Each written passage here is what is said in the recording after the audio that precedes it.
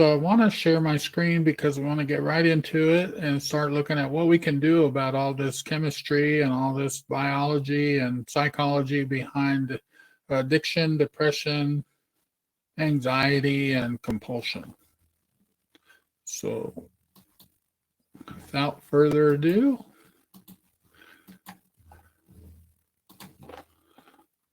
so we're talking about neuroplasticity and the ego states and parts of self and how they all become reactive. And these parts of self have been accumulated over the course of our life, many of them created in childhood. And if you've done the ego state projection exercise, then you know about some of the typical child created ego states. For instance, the vulnerable, needy one, the angry, defiant one, the creative little professor, which is the subconscious mind of a child, the natural, fun loving one, and the what else? It'd be the angry, defiant one, or it's angry / defiant. Either there's temper tantrums or stubbornness, digging their heels in. And you can go back and watch the ego state projection exercise in the course on working with ego states and parts of self. But basically what they are neural networks, and they were created at a certain point with certain imprint experiences and things that were intense or repetition that help the child create survival skills.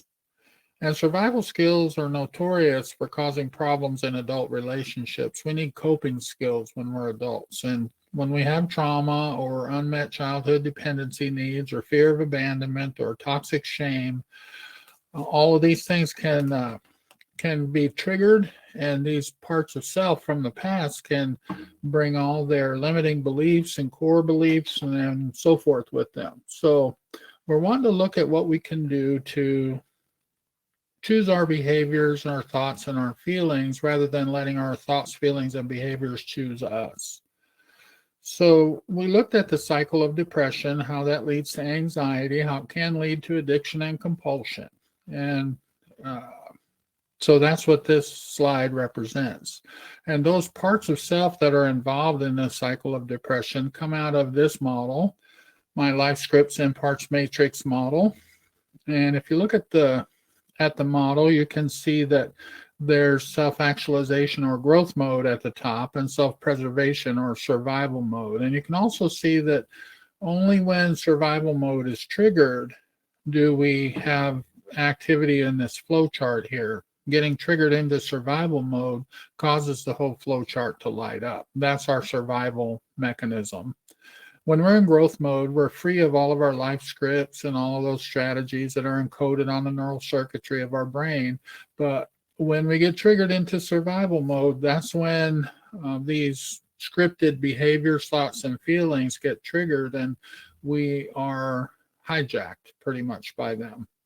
Now, keeping in mind that the fight, flight, freeze, submit, and attachment parts are all part of a normal personality. They're not the problem. And you can see that when you go back and look at some of the previous videos on this series, or you go back and watch the LSPMI model. And the problem is in the tier above that, the abandonment, shame, and contempt, because if we have a significant amount of that growing up or in our young adulthood, then that will cause these normal parts of our personality to modify themselves into those survival modes, which include these parts of self that are listed below there. For instance, the fight part has the angry protector or the inner critic, and mistrust and the punisher, and different fight mechanisms. And in certain contexts, those behaviors are necessary, but when we get triggered by woundedness of abandonment, shame, and contempt, they're usually excessive and they cause problems. The flight part creates ways to escape or distance, and maybe through addiction or compulsion, and that's the job of the little professor to figure out how to hold things together and how to cope with overwhelming feelings and so forth. So distancing, detaching, addictive behavior, poor self-discipline, comfort eating, work addictions, all those things come out of the flight parts, and we call those firefighters. We'll look at that in a minute. And then there's the freeze parts. That's when we collapse into the abandonment, shame, and contempt. And this is where all the anxiety and the phobias and the panic attacks and the paralyzed with fear or terrified and afraid of being seen, isolating socially, or shutting down completely, collapsing and submitting. And those are usually by parts that carry the woundedness. And you'll see right over that, you'll see that word shame. And shame's in the middle of this whole diagram because shame is the infection, the emotional infection. And an emotional infection will spread throughout the entire system. Contempt is over there with the fight part. Attachment, the vulnerable attachment part of my personality is what carries the abandonment issues, including the fear of abandonment, the history of abandonment, the unmet childhood needs, or the trauma that was incurred. And so then there's one other part, that's that submit part. And this is one of the youngest parts of our personality. And these parts get modified by shame and depression and self-hatred, where the child who's eager to please becomes the good boy or the good girl, and they sacrifice their own wants and needs, and they seek approval and pleasing others. So they're in the please and appease mode, and they're trying to manage the impression of others. When they don't do that and others are upset, especially if they're important other people, then the fight part will try to manage the submit part by punishing it for making somebody upset. So that's why I beat myself up, and maybe I get a shame grenade thrown at me from the fight part, or a contempt grenade. And the idea is for the fight part wanting to keep the submit part on guard so that it doesn't screw up. But usually in dysfunctional relationships, you can't please many people. And so that's a setup for further self-punishment. So that's what this model represents. And on the drama triangle, or the victim mentality, that's what it looks like. This is where all the parts will fit on that diagram. And we talked about this in the last video, but I just want to summarize it here.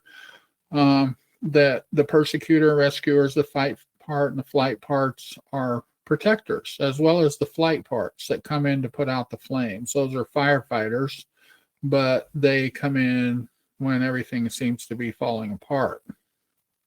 And then the victim, of course, doesn't have a job to do like the fight part and the submit parts. They don't have to please people and seek approval. They don't have to enforce or demand or punish. What they do is they carry burdens. The burdens are usually in the form of core beliefs about self or others or the world in general, but usually about self, somewhere along the lines of, I'm not good enough, I'm not lovable, I'm not worthy, those kind of things. And again, those create the threat to the system. So the little professor has to figure out a way to solve or resolve that. And so the rumination begins, and the little professor becomes the ruminator. And so we've talked about that in the last session too. You may want to go back and see that again just to brush up on it. But the exiles are the wounded parts that are being protected by the protecting parts. That this is the language of reactivity. When I get triggered into survival mode here, then these parts get triggered. And this is the language. It's not a decision to play the victim or any premeditated decision to do this. These are reactions that the survival mode comes up with, and they're just automatic. Again, our thoughts, feelings, and behaviors will choose us. These life scripts will get triggered, and the parts involved have to follow the script. But when we get into growth mode, then we're free from those scripts, and we're autonomous from those scripts. And so getting into growth mode means getting in touch with our true self. And when we looked at the iceberg model, there's a video on that, and we talked a little bit about that earlier. There's a lot of woundedness just beneath the waterline of our awareness, and that's where we carry all the abandonment, shame, and contempt. Well, the true self is in there too, and the true self is the true spiritual self. And so this is where our faith is, and our inner strength comes from, is the sun shining behind the clouds, and the clouds are made up of the protectors and the exiles.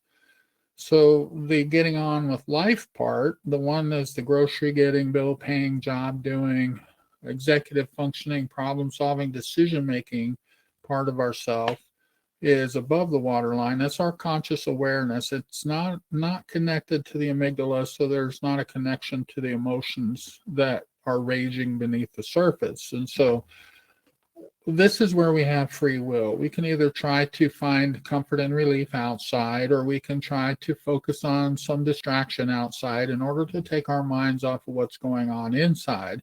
But for recovery and to get in touch with the true spiritual self, then we need to turn our focus inward. We can do that with our free will. It doesn't sound like a lot of fun because it gets worse before it gets better, but it does get better if we do that. The first thing we run into when we turn our focus inward is the protector parts of self. And those protectors are there for just that reason. They are protecting either the exile from further wounding, or they're protecting the adult self from being engulfed by the woundedness of the exile. So the protectors, again, are the fight, flight, freeze, and submit parts. And they have jobs to do, like perfectionism or people-pleasing or comfort and relief. Whatever their job is to do, they do it. And we cannot get to the exiled parts of self to heal them without the permission of getting past those protectors. And we won't get past them by barging through. Their psychological defense mechanisms and pushing against them will just strengthen their resistance. And so we need to have a therapy that we can use to communicate with those parts and reassure them and create a rapport with them, just like we would any other person that we wanted to help. We want to connect with them. And so we want to understand them. And we have some processes for doing that. Internal family systems has taught us a lot. Transactional analysis, Gestalt therapy, and all of those techniques can help us work with the protector to get permission for them to stand aside so that we can have access to the exiled parts of self.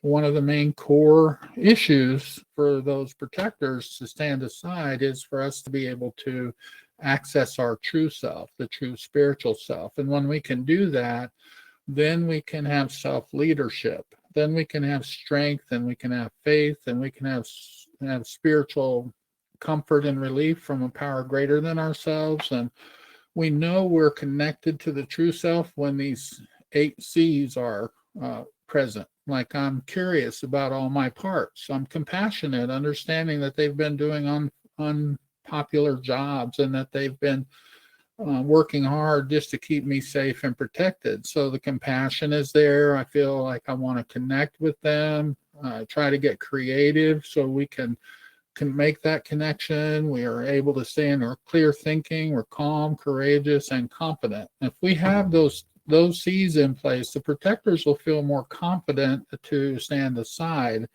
But if the protectors are not convinced that we know what we're doing or that our intentions are good, they won't let us pass. And so that's what psychological defenses do. They protect us.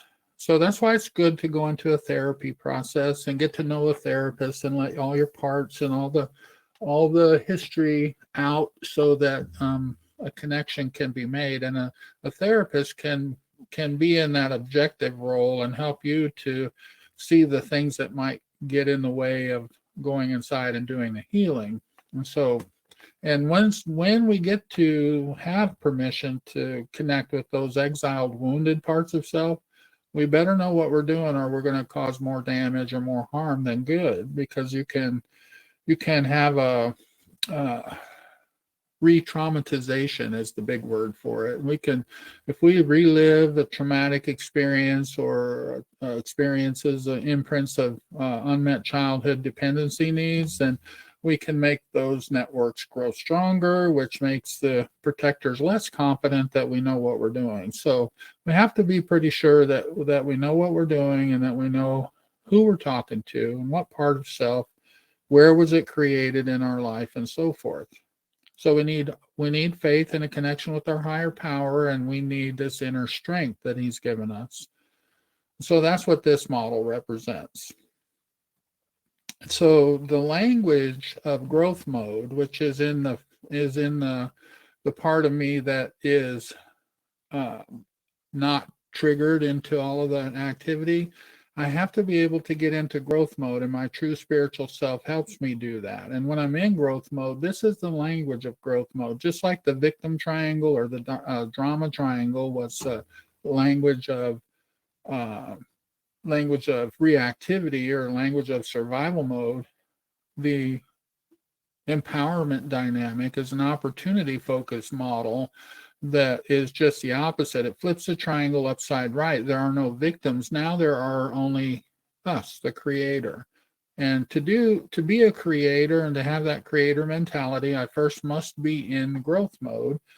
And then I must be willing to accept responsibility that every condition and circumstance in my life was created by me, whether it's good, bad, or ugly. It was created by me and the decisions I made and the survival skills I've employed and so forth.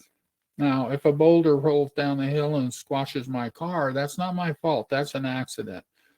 But if I get overweight or if I get depressed and I don't do anything about it and I don't listen to my feelings and I remain reactive and on a path of destruction, there's a lot of decisions to not do something and to not take ownership for something. But when I reach out for help, I have begun the creator mentality. There's an old saying that how does a counselor know when his clients are getting better? For me, they show up for their first session. That's the indicator that they're in growth mode. They come in for counseling of their own free will. And so what they're doing as a creator is saying, this is not okay anymore. I need help and I'm going to get it. And so I'm going to reach out to a coach. And that's what this diagram down here represents. A coach is not a rescuer. It's a person who has some expertise that I don't have. And so I reach out to that person and I ask them to be my coach or my sponsor or my helper. And I do that from a position of strength, from my inner strength and my connection to my true spiritual self. I've got to have that in order to be in growth mode. And then instead of persecutors or problems, there are no such things in the creator mentality. There's only challenges and opportunities for growth, no matter how difficult they are. It might be a serious illness like cancer. There's still an opportunity for spiritual growth and for growth in our faith and for strength and for learning about how to live in a healthy lifestyle. And however that ends out, it's still an opportunity for growth. And I need to take it as such. And if I don't know what I'm doing, I need to reach out to a coach and let them help me learn how to do that. So in order to be able to do this empowerment triangle and be the creator and adopt the creator mentality, I have to be able to develop a dual awareness, and I have to be able to come from my growth mode, which is my self-actualization system. Remember that when I get triggered into survival mode, all of those parts, all of that flow chart underneath lights up. So I want to be able to remain proactive even when I feel reactive, which is a little bit of a trick at first because we need to be able to regulate our nervous system and to be able to keep our prefrontal lobes online. And typically when we start to get overwhelmed and hyper aroused and start climbing that stress-related staircase of chronic stress, then it gets harder and harder to think clearly. So we need to develop the ability to stay in growth mode even while feeling reactive. But there are some things we can learn to do. And the first step is to be able to stop living life in reaction and begin working on grounding techniques and ways to stay in growth mode. One of my favorites is to, whenever I start feeling like I'm climbing that staircase or the thoughts are becoming a little bit more overwhelming, then I want to keep the prefrontal cortex engaged. So I ask myself a question like, what's 42 minus 63?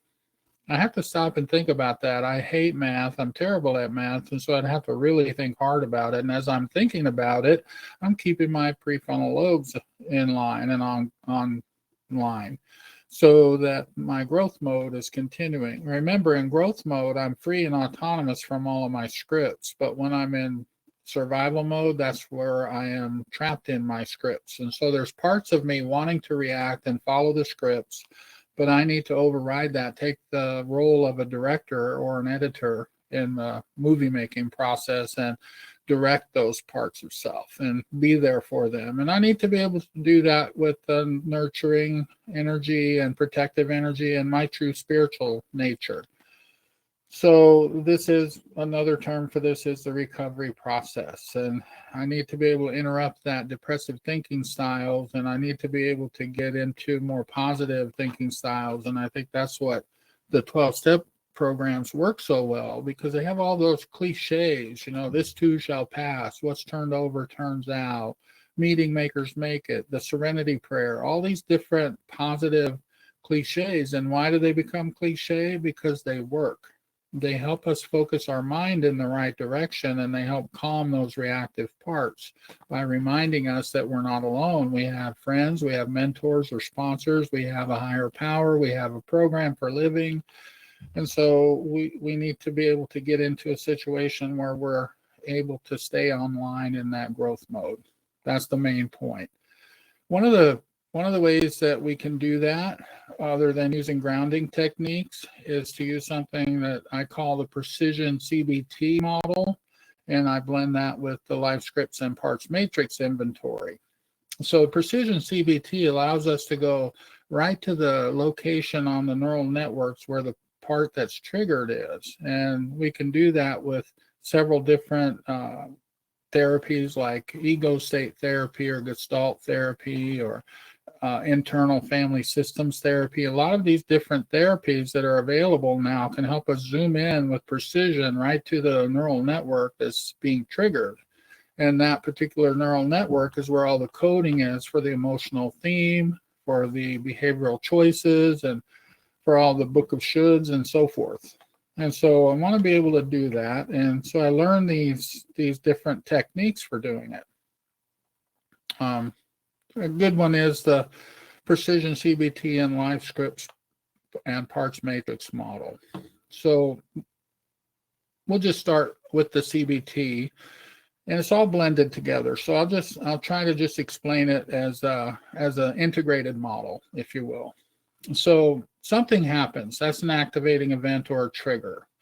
And immediately we have an emotional response, which is consequence number one. This is where we like to say, you made me mad, or you hurt my feelings. And therapists are notorious for saying no one can make you feel anything. You make yourself feel that. And I want to be able to show you how that works. And I think I can do that with this model, but take it for granted right now that my emotional response is not caused by someone else. And I'll show you why.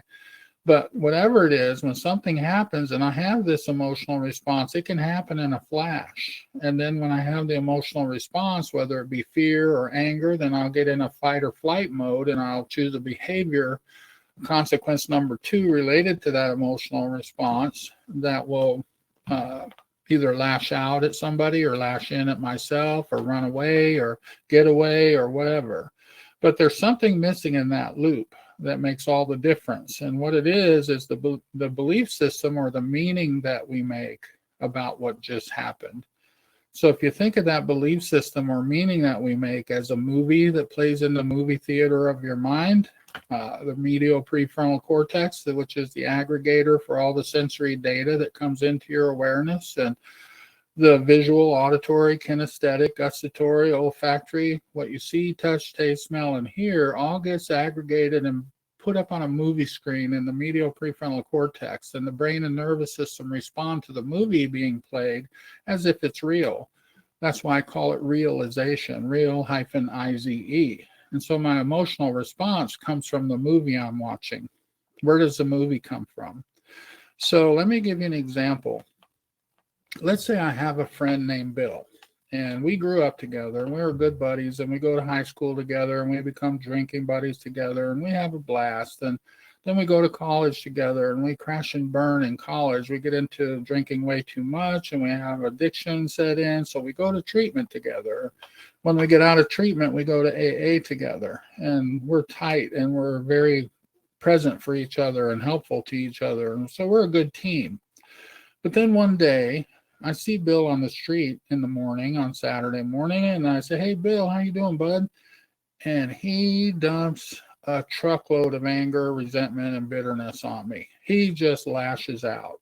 And that's the activating event. All of a sudden, I feel a kick in the gut, heaviness in my chest, and strong fear starts to develop. And I recognize that as that kick in the gut and so forth. But the fear comes out of something that happened as soon as Bill started yelling at me. What happened was my brain did a supersonic, and this is what our brain does in the nervous system when it's triggered into survival mode. It does a supersonic search through the database of our experience and comes up with the category of experience similar to what just happened. And what just happened was a good friend of mine started yelling at me. And it's been my experience over the years that when I get yelled at by somebody important to me, I usually end up getting rejected or abandoned. And then the movie that plays is all those other times when I got rejected or abandoned when somebody important to me started yelling at me.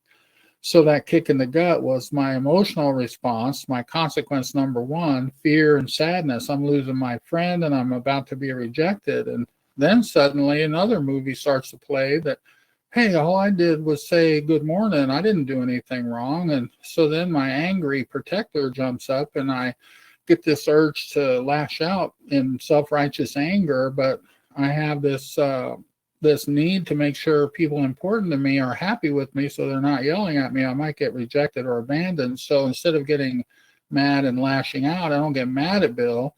I get drunk at him. What better way to get even? I'll drink this poison and watch you die. Not a very good outcome to that whole thing. So if I were to do it differently, with my prefrontal cortex online, then I would have trained myself in a recovery process where when Bill starts yelling at me, I feel a kick in the gut, heaviness in my chest, the movie starts to play of rejection or abandonment, and I go, stop. I'm not going there. I'm not going to put all that personal history into this moment. I'm not going to let it contaminate that. I'm going to keep my thinking clear. I'm going to stay in my thinking brain. I'm going to look at this whole thing about what just happened right here, right now, in this one little sliver of time that we call now. And what just happened was Bill yelled at me for no reason at all. That's not like him. So instead of sad and angry or fearful, I start to feel curious. What's going on with Bill? And then I feel concerned because that's not like Bill. And then I feel compassion for my friend. Something must be going on with Bill. So then my urge to act, my behavioral choice is to want to reach out and find out what's going on. So I go to Bill and I ask him, what's going on, man? I mean, all I did was say good morning. What's going on? You okay? And he starts crying. He said, Mom went in the hospital this morning and I don't think she's coming back out. So that's a whole nother outcome. And it was from uncontaminated experience in that moment. Now, going from A to B to C1 and C2 typically takes sometimes around a second or two. And so learning to stop that is something that we have to begin to work pretty hard for. And the best place to stop it is right here between what happens, the activating event, and the belief system that gets triggered. Because that belief system is related to one or more of these parts over here. So I want to stop it from A to B. And there's a guy named Stephen Porges that came up with the polyvagal theory, talking about the vagus nerve and how that works and the nervous system and how it gets triggered and so forth. And he came up with a term called neuroception. It's a precursor to our perception. Our perception is the movie that we watch or the story that I tell myself about what just happened that creates this emotional response. But neuroception happens in a flash. As soon as my brain does that supersonic search through that personal history, then it pulls out all those movies that getting yelled at, then I get that kick in the gut and that tightness in the chest. And that's the part of me that's getting triggered. And that part knows what's going on. But if I don't catch it there and I start to think right here at C1, why am I feeling this way? Then I got to make up a story to explain my feelings. And so all I have is a little bit of the movie that's playing on my mind. And so my perception makes a decision about what just happened. Maybe it's right. Maybe it's wrong. 50-50, maybe either way. So perception is not as trustworthy as neuroception, and I'll show you why and how to use neuroception in a moment. But right now, just this is the place to catch it. I got to tune into my body. I've got to listen to my body. I get this kick in the gut and heaviness in my chest, and I got to suspend my judgment and not watch any movies of the past. And I want to say, stop. I'm going to stay in this moment right here, right now. I'm going to look at what just happened. And this is not like Bill. So I get curious, compassionate, concerned. That's my emotional response. And then I reach out and check in with my friend. And he starts crying and talking about why he's so reactive. And then I can help him, and I can help him calm down and give him some support and encouragement through this difficult time. So that's the first thing I got to do, is to be able to stop the reactivity before it causes more problems. And so that's what the CBT, the precision CBT, helps us do. And really, it's just CBT in this part of it. But from that, later on, after I work through that and I've helped my friend calm down and feel more supported, then later when I have time to myself, I'm going to check in with my body and find out what that kick in the gut was all about. And so I want to unpack all that experience, because it's an opportunity for growth. And so maybe I reach out to my sponsor or talk to a counselor, or maybe I know how to do this by myself now. So what I need to do is, with this proactive growth mode, this recovering part of me that stays in the present moment, this CEO of the self is what I call it. That's the grocery getting, bill paying, job doing, problem solving, decision making, executive functioning part of myself. It's unencumbered by emotions. It's the objective left brain. It's the part that likes to solve things. And so it's the part that can start asking me questions. I just got to be able to bring it online and keep it online. So I ask myself, hey, what's going on in this moment right here? And that's the CEO of myself. And then what I unpack and what I find is that my fear is of rejection and abandonment. So my attachment part got triggered when Bill yelled at me, because when people important to me yell at me, I get abandoned or rejected. And then I don't want to get mad and yell at Bill. That might seal my fate. So the submit part got triggered. It's the one that wants to make sure everybody's happy with me and they don't start getting upset with me, so I don't get rejected or abandoned. So those two are working in concert together. And then when I realized that this is unjust and it's a travesty, this should never have happened, all I did was say good morning, then my fight part gets triggered. And it wants to lash out, but I can't, because my submit part doesn't want to create a scene. And so I get drunk, which is my fight or flight part kicking in, using the perfect opportunity for a relapse. So I have 4 parts involved: the attachment part, fearful of rejection and abandonment; the submit part, wanting to keep everyone happy; the fight part, that wanted to fight against the travesty or injustice; and then the flight part, that wanted to escape the whole thing in the way that it knows how to do that real quickly. So I've unpacked and I found 4 parts that are wounded from the past, and I can work at finding out where the roots of their woundedness is, and then ask myself, well, what adult resources do I have available now that weren't available to me back then when those parts were created? And I have a nurturing adult self that maybe nurtures my kids or my nieces or my nephews or my pets, but I have a adult self that is nurturing. And then I have an adult self that's protective of my territory, of my family, of my friends. And so I have protective adult energy, I have nurturing adult energy, and then I have, when I connect with it, that true spiritual self energy. And so the CEO decides which one or more of these parts or these resources need to be made available to the survival mode. So when I create that dual awareness where I can be there for the wounded and protective parts of me, then my growth mode assets or resources can heal my survival mode reactivity. In other words, my growth mode adult selves can soothe the child created wounded parts.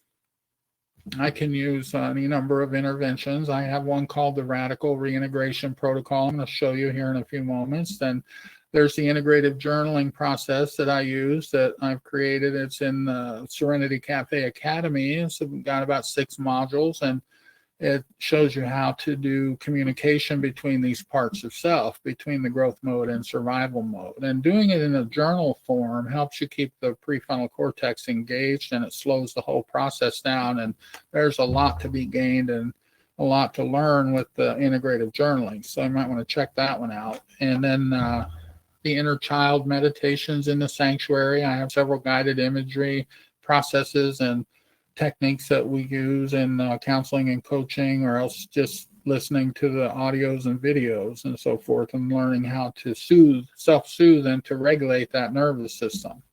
So again, before we move on, this particular process has two goals. Number one is to stop the reactivity and not let the past interfere with the present moment, keep the prefrontal cortex engaged, the thinking brain, and think my way through what happens so that I don't get reactive. And then later on, number two, I can go back and unpack all this and work with different inner structures that I'll create and work to heal those parts, identify them and heal them. So one of the best ways to identify wounded parts of self, again, keeping that dual awareness, is to look into the idea of magical thinking. I call it magical thinking. A lot of therapists will call it irrational beliefs or distorted thinking or some other stigma, shame-induced kind of thing. And I like to call it the magical thinking, because most of these styles of thinking were created in childhood by the mind of a child. And children have fairy tale language. They see witches and ogres and fairy tales and fables and those kind of things. So these styles of thinking are magical thoughts, like mind reading and personalizing and should thinking and fantasizing and fortune telling and catastrophizing, making mountains out of molehills, and all kinds of thinking styles that are depressive. Now, if you remember in the first and second video, the cycle of depression begins with depressive thinking styles. That's what some of these are. And each one of them has one or more parts involved. The mind reading part is in charge of making sure that it knows what's going on in the mind of another. And the should thinking part is the book of shoulds carried by the inner critic. So these are clues to what parts we need to zoom in on the neural network, and maybe open a dialogue either with integrative journaling or the radical reintegration or some other process, the CBT process and so forth. So this is the radical reintegration process that I'm talking about. And this is one that I've blended a lot of different things, Gestalt therapy with IFS or internal family systems, and ego state therapy and so forth, where I came up with several steps to go through based on what other people have taught me. By the way, I'm really an accumulation of what other people have taught me in my training and so forth. And then I put it together in my own, through my own lens and so forth. And this one, radical reintegration, is an acronym. The radical stands for each of the steps involved in the process. And the first step in radical reintegration is recognizing the reactivity. And so that's recognizing the kick in the gut and the heaviness in the chest. And I want to notice that physical sensation or that neuroception first. That's my first crack at it. And if I miss that, then I got to go with the negative thoughts generated by the perception or the story that I tell myself about why I feel this way. And then the last place I might be able to intervene is in the impulse to act out a certain behavior, whether it's lashing out or lashing in. So I stand a much better chance of keeping the prefrontal cortex online, the thinking brain involved, and noticing the neuroception. And when I notice that kick in the gut, what I want to do is move on to the next step, which is to allow it to exist, which goes against my natural instinct of fight or flight. When I don't like a feeling that I have a tendency to want to get rid of it, which is what the fight part does, or get away from it, which is what the flight part does, and the freeze part. And even the submit part tries to make it go away by pleasing everyone. And so I want to allow it to exist, and I want to notice and even let that kick in the gut grow a little stronger, and remind myself that all parts of self, and this is a principle involved in IFS and other parts-oriented therapies, the principle is of positive intention. All parts have a positive intention for whatever they do, even when they cause more harm than good. And so I allow the feeling to exist in my neuroception. I don't try to get rid of it or get away from it. Then I send a message of appreciation to that feeling and understand that it's either a protective part wanting to protect me from further wounding, or it's a wounded part that needs my help. And so it's signaling me to focus inward. So I allow it to exist. I appreciate the positive intention, even though I don't like the behavior many times. And then I ask that part to come forward. And one of the ways to do that is simply say, would the part of me responsible for the kick in the gut and the heaviness in the chest when Bill yelled at me, please give me an image of yourself? You may want to repeat that a couple of times with curiosity, because curiosity is conscious mind's request for more information from the subconscious mind. Intuition is the response that we get. So we want to listen, we want to tune in and be curious and ask, would the part of me responsible for this kick in the gut and this heaviness in the chest, please give me an image of yourself? And ask that a time or two and just wait. Don't rule anything out. Take whatever comes. So as I do that, I want to disidentify, which is the next step, which I want to separate. And so I listen with curiosity and intuition. I let an image pop into my awareness. I don't rule anything out, take whatever comes, and then I want to separate from the part to create a dyad or a twosome so I can communicate with it. So in other words, I want to move it out of my nervous system to a space outside of me, at least 18 inches, maybe 2 feet away.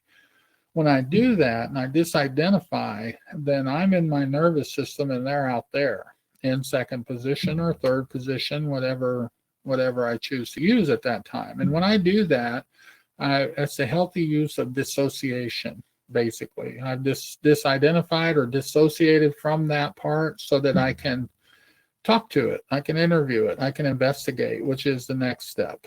And there's several things to do in the investigation and interview that will come in another video because it's pretty entailed and there's some caveats and troubleshooting tips that you want to use. But basically, I want to find out what the positive intention is, what was the imprint experience that created this part of me, and what this part's afraid might happen if it stops doing what it thinks is its job.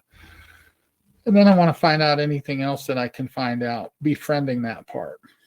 And then I want to be able to call the true self forward and get it involved in helping to change the strategy of that part, because we don't want to get rid of any parts of self. What we want to do is maybe change their behavior. In order to do that, we need to remember these are child-created ego states. And if a child misbehaves, we don't send it packing.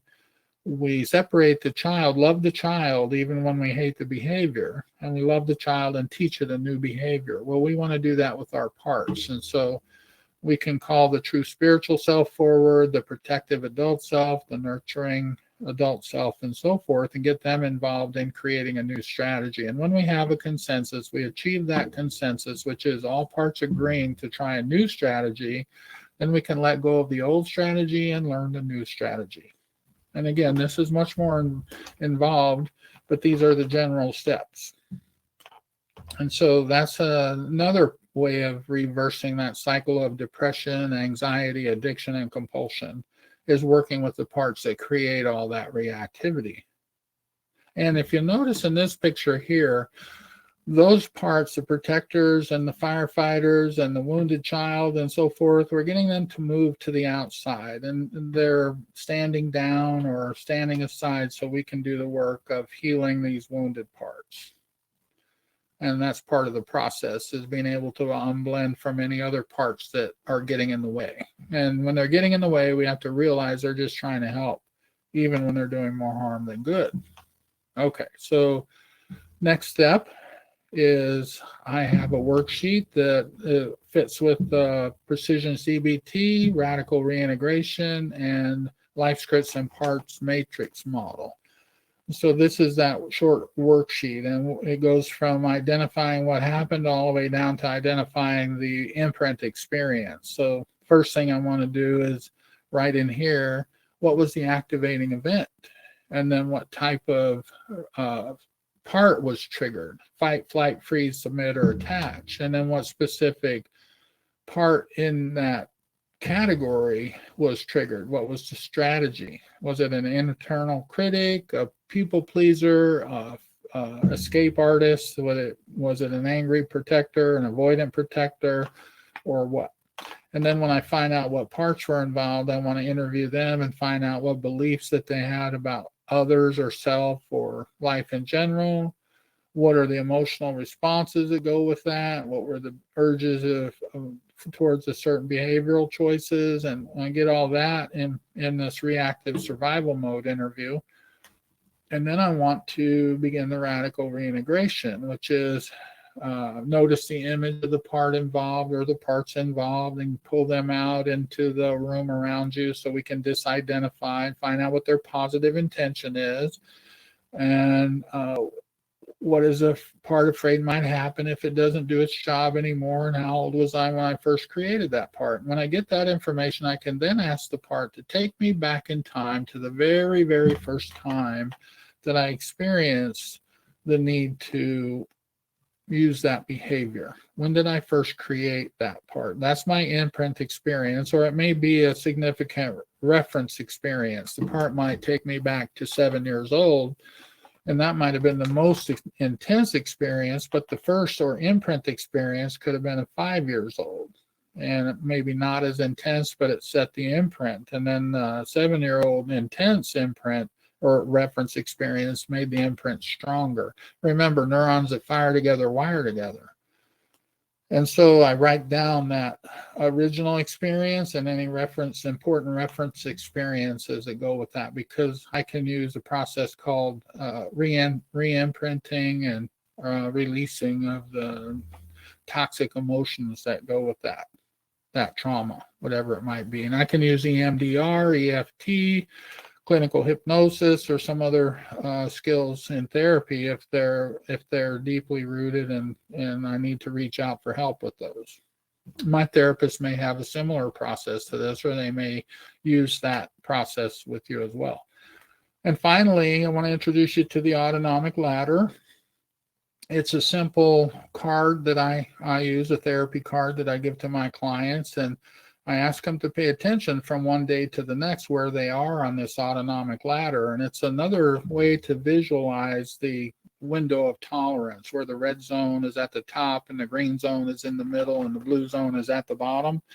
The only difference here is that the green zone is at the top, and that's where we want to be, is in the green zone, where we're engaged, fun-loving, connected, friendly, able to experience the full range of emotions, even grief, giving and supporting each other and through difficult processes, maybe even experiencing some stress or some sympathetic stress responses from a challenge at work or whatever that makes life interesting. It doesn't cause chronic stress. And the difference is, when I get into the red zone, it's because I have that staircase effect of an inadequate relaxation response followed by more and more stress responses. And so I start getting into that chronic stress. And when I reach the top of that staircase, then I can crash and burn to the bottom of the ladder here and become isolative and withdrawn, and I can shut down or not be able to mobilize any energy, feel sad and numb, maybe want to cry all the time, or maybe don't want to leave a dark room. And it's really hard in the blue pathway, and we can call that depression. And it's difficult in the red pathway. We can call that anxiety problems.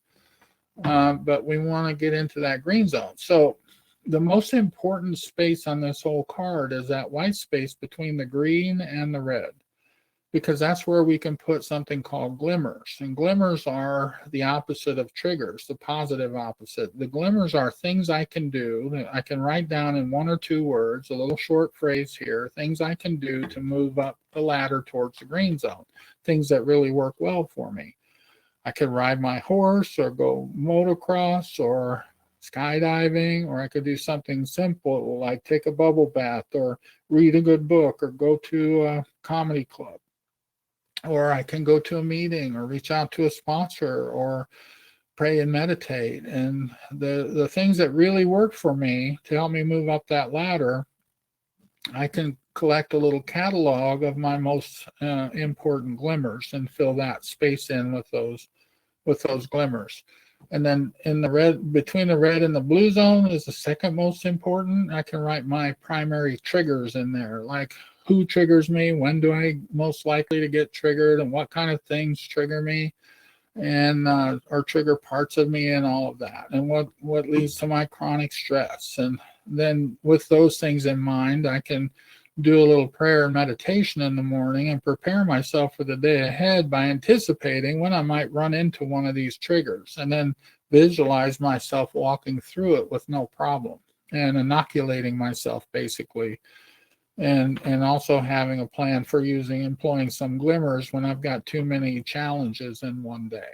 So that card I want to keep with me, and on the other side of it is the window of tolerance. So I can have that resource available hands-on. And when I focus on it and I ask myself these questions, I'm grounding myself in the thinking brain so that I can have that dual awareness and I don't get swept away by the emotions and so forth. Okay, well, I think that's it for this session. So I'm going to call that a wrap, and thank you for listening, and hopefully this was helpful. And I will be doing more videos going into more depth on these different ways of dealing with that reactivity. All right. Thanks for listening.